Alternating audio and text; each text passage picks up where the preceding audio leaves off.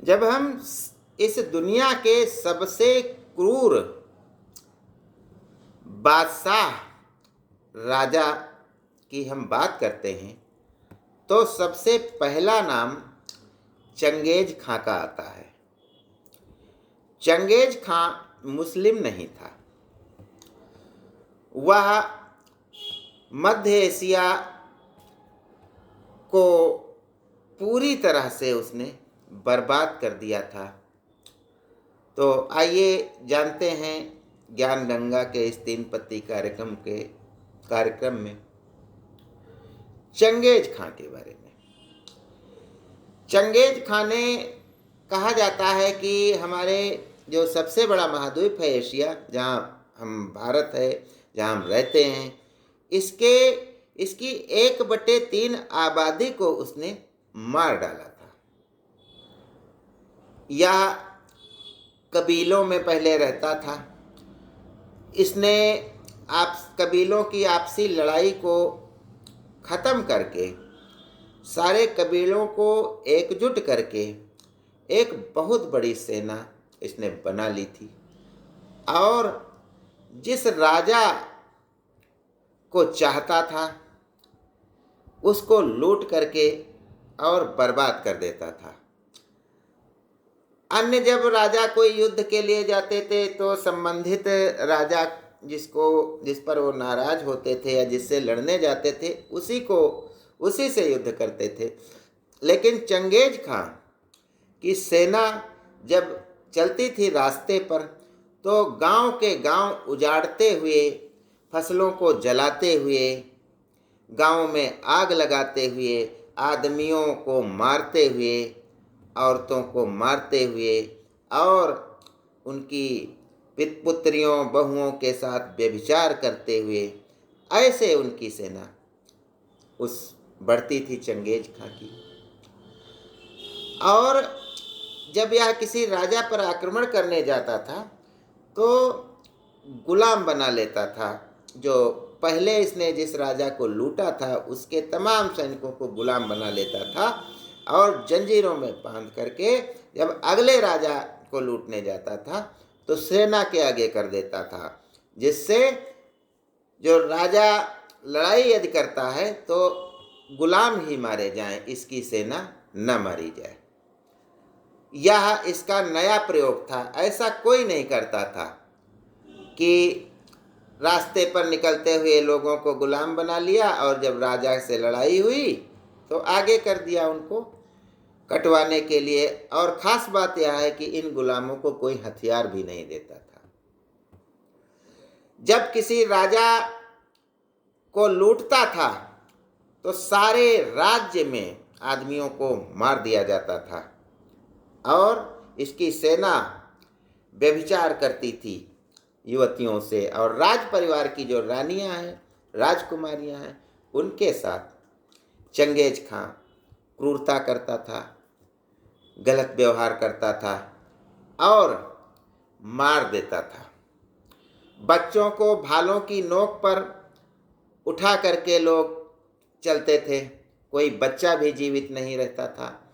इस प्रकार से इसने इतने बलात्कार किए और इतना उत्पीड़न महिलाओं को किया कि इस समय यदि देखा जाए तो यह 12वीं शताब्दी में था चंगेज खां, और तब से 800 साल के बाद भी 1,60,00,000 जो व्यक्ति हैं उसमें चंगेज खां का जीन मिलता है, यानी वह जैविक पिता है। क्रूरता की सारी हदें पार करते हुए चंगेज खां मनोरंजन के लिए अपने गुलामों को आपस में लड़ाता था। यह लड़ाई तभी बंद होती थी जब एक गुलाम मर जाता था। अब जो जीत जाता था गुलाम, उसको पशुओं से लड़ाया जाता था। या तो पशु मरे या तो गुलाम मरे, तब यह खेल खत्म होता था, समाप्त होता था। एक के मरने पर दूसरे गुलाम को छोड़ दिया जाता था लड़ने के लिए। तो ऐसे ही ये मनोरंजन करता था। एक बार पहाड़ पर चढ़ाई करते हुए इसकी सेना का एक हाथी गिर गया था। तो हाथी जब पहाड़ से गिरा तो वह बहुत तेज चिंघाड़ा चीखा। उससे चंगेज खां को बहुत आनंद मिला। फिर इसने अपनी सेना को आज्ञा दिया कि जिस राजा पर हम आक्रमण करेंगे उनके हाथियों को लूटेंगे और पहाड़ पर ला ला करके नीचे ढकेल देंगे। जब वे हाथी पहाड़ से गिरेंगे तो जब चीखेंगे, उनकी चीखों को सुन करके इसको बहुत आनंद आता था। और यह ऐसे ही आनंद लेता था हुआ एक बार भारत में भी आने वाला था। उस समय इल्तुतमिश का शासन था भारत पर। तो चंगेज खां ने एक राजा को पर चढ़ाई की और उसे मारने के लिए जो ही उसको जीतना चाहा, राजा राजपाट छोड़ करके भाग गया। और वह इल्तुतमिश भारत का जो था शहंशाह, उसके पास आया कि हमें शरण दे दो। इल्तुतमिश गुलाम वंश का शासक था।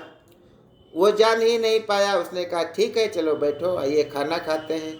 अब खाना खाने लगा उस राजा के साथ। लेकिन जब पूछा कि आप किससे भयभीत होकर भागे हैं, जब उसने कहा कि हम चंगेज खां के भय से यहाँ पर आपसे शरण मांगने आए हैं, तो चंगेज खां की क्रूरता क्योंकि इल्तुतमिश ने सुन रखी थी, उसने सोचा कि यदि इसको हम शरण देंगे तो चंगेज खां इसके पीछे आकर के हमको भी मारेगा। तो इसलिए उसको खाने की थाल से उठा करके लात मार करके भगा दिया और चंगेज के खां के पास सूचना भेज दी कि मैंने आपके दुश्मन को भगा दिया है। इसी कारण सारी एशिया में मार काट करने वाले चंगेज खां ने भारत पर कभी आक्रमण नहीं किया। गांव को जला देता था और फसलों को भी जला देता था, आदमियों को मार देता था, बच्चों को भाले की नोक पर रखता था, महिलाओं और लड़कियों के साथ दुराचार करता था। तो इस प्रकार से ऐसा राजा यह संसार का सबसे क्रूर राजा था, जिसे किसी जीव जंतु पर कोई दया नहीं थी। इसी कारण उसने हाथियों को पहाड़ से ऊपर ले जा करके अपनी सेना के द्वारा नीचे गिरवाता था। और जब हाथी चीखते कर मरते थे तो इसको असीम आनंद आता था। ज्ञान गंगा में बस आज इतना ही। जय हिंद, जय भारत।